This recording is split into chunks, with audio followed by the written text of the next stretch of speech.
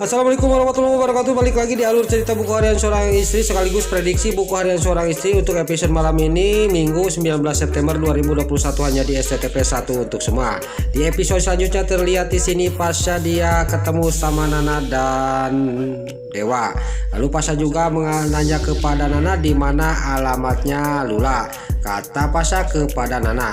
Nana tidak mau mengasih tahu di mana alamatnya rumahnya Lula.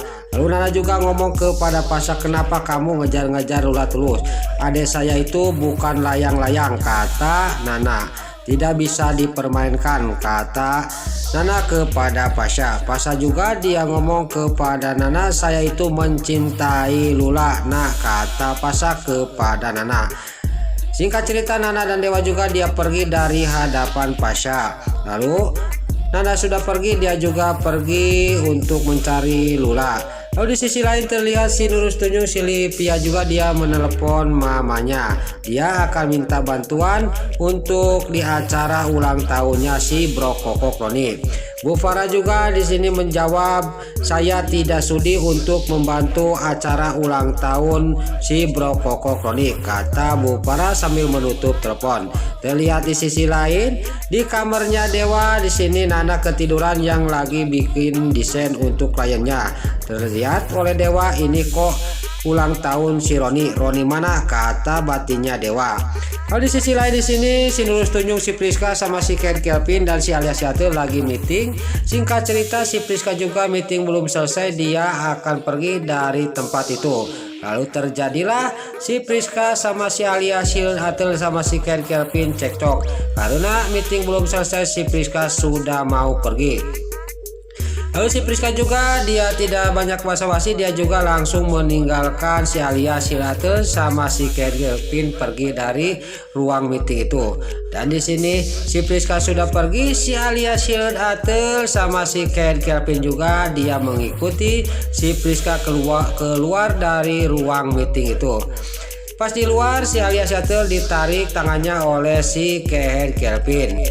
Lalu terlihat di sisi lain Pak Arman di kafe, dia lagi mikir untuk mencari cara bagaimana menyatukan Lula sama Hendrik. Dia juga menemuin cara, dia menelepon Hendrik datang ke kafe itu.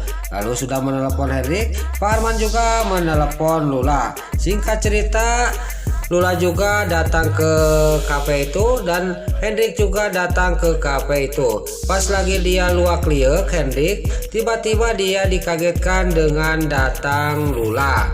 Lula juga dia nanya kepada Hendrik, kok Mas Hendrik di sini? Kata Lula kepada Hendrik. Lalu Hendrik juga menjawab kepada Lula, saya mau meeting sama ayah kamu, kata Hendrik kepada Lula. Lalu Lula juga mau nelpon ayahnya Pak Arman, tiba-tiba dia belum menelepon, Pak Arman sudah nelepon duluan.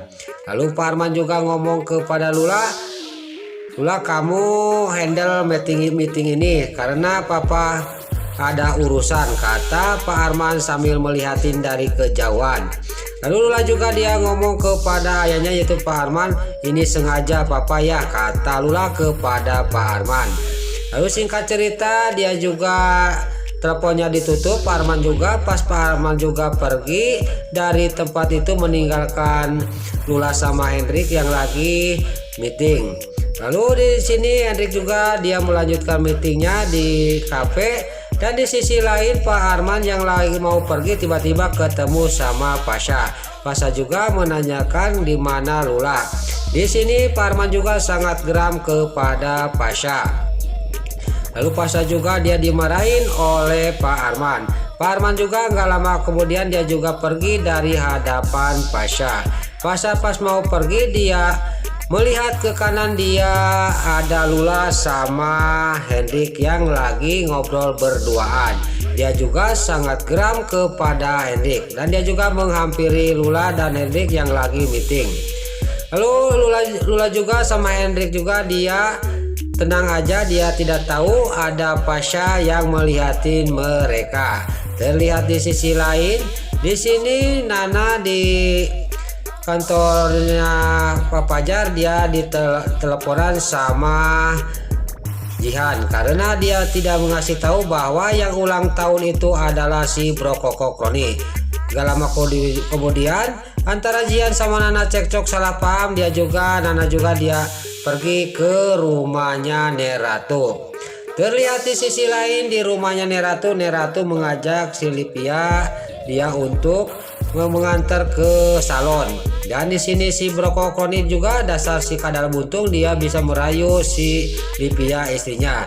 Si Roni juga akan melakukan kejahatannya untuk mengambil emas batang yang ada di kamarnya Neratu. Pas lagi ngobrol tiba-tiba datanglah si Jenong yaitu si Priska. Si Priska juga dia ngomong kepada Neratu, "Ayo Nek, udah siap," kata si Priska. Singkat cerita dia juga semua juga berangkat, yang tinggal di rumah adalah si Bro Koko Kroni. Terlihat di sini di sisi lain si Priska dia ngomong dalam batinnya, kenapa si Bro Koko Kroni kok girang banget, sangat gembira banget, jangan-jangan si Bro Koko Kroni akan mengambil emas batang itu, kata batinnya si Priska. Singkat cerita mereka juga dia pergi dari rumah Neratu untuk ke salon, dan si Bro Koko Kroni juga langsung aksi untuk mengambil emas batang yang ada di kamarnya Neratu. Terlihat si Bro Koko Kroni juga mencari-cari di mana berangkas yang diisi emas batang itu. Pas membuka lemari yang satunya, si Bro Koko Kroni juga menemukan berangkas yang berisi emas batang itu. Si Bro Koko Kroni juga dia untuk membuka berangkas itu juga dia tidak bisa, dia tahu pinnya. Lalu di sisi lain terlihat Nana sampailah ke rumahnya Neratu. Dia ngetuk-ngetuk pintu Neratu dan dia juga nongol dari luar, kok ini sepi, kemana, kata Nana. Lalu untungnya pintu yang di belakang tidak dikunci dan Nana juga masuk ke dalam rumah Neratu. Tapi pas di tengah rumah dia mendengar suara di kamar Neratu. Jangan-jangan itu maling, kata Nana dalam batinnya. Lalu Nana juga mengambil pukulan yaitu sapu.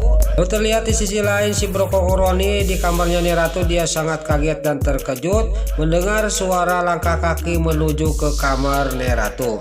Dia juga buru-buru memasukkan selimut itu ke lemari yang ada berangkas yang berisi emas batang itu. Lalu si Bro Koko Kroni juga dia lari, langsung dia juga ngumpet di bawah dipannya Neratu. Gak lama kemudian Nana juga datang masuk ke kamar Neratu sambil bawa sapu. Lalu Nana juga ngomong sendiri dalam batinnya, kok tidak ada malingnya, kata Nana. Jangan-jangan malingnya di bawah dipan Neratu. Pas dia dilihat di bawah dipan Neratu sudah tidak ada karena si Bro Koko Kroni sudah pindah ngumpetnya di belakang kursi.